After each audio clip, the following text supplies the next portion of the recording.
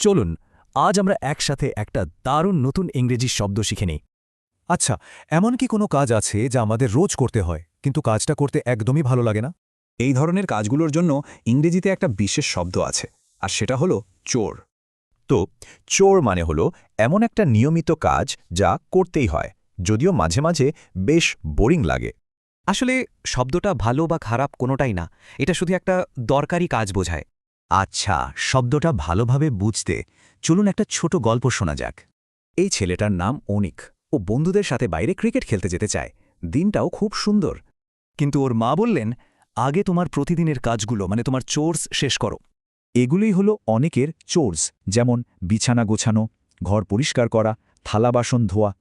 অনেক সব কাজ শেষ করল, আর এখন সে ক্রিকেট খেলতে যাওয়ার জন্য একদম ফ্রি।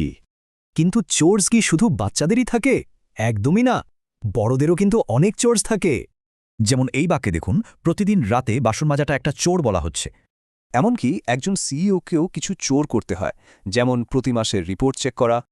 আবার দেখুন, একজন সেনেটরেরও অনেক বোরিং কাজ থাকে, যেমন বাজেট রিভিউ করা।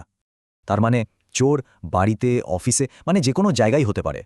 তাহলে চোর শব্দটা মনে রাখবেন কিভাবে? খুব সোজা, এই স্টেপগুলো ভাবলেই হবে। তাহলে করে হলো এমন একটা কাজ যা নিয়মিত, প্রায় বিরক্তিকর, কিন্তু খুব দরকারি। তাহলে একটু ভাবুন তো, আজকে আমাদের করা প্রথম চোর কোনটা ছিল?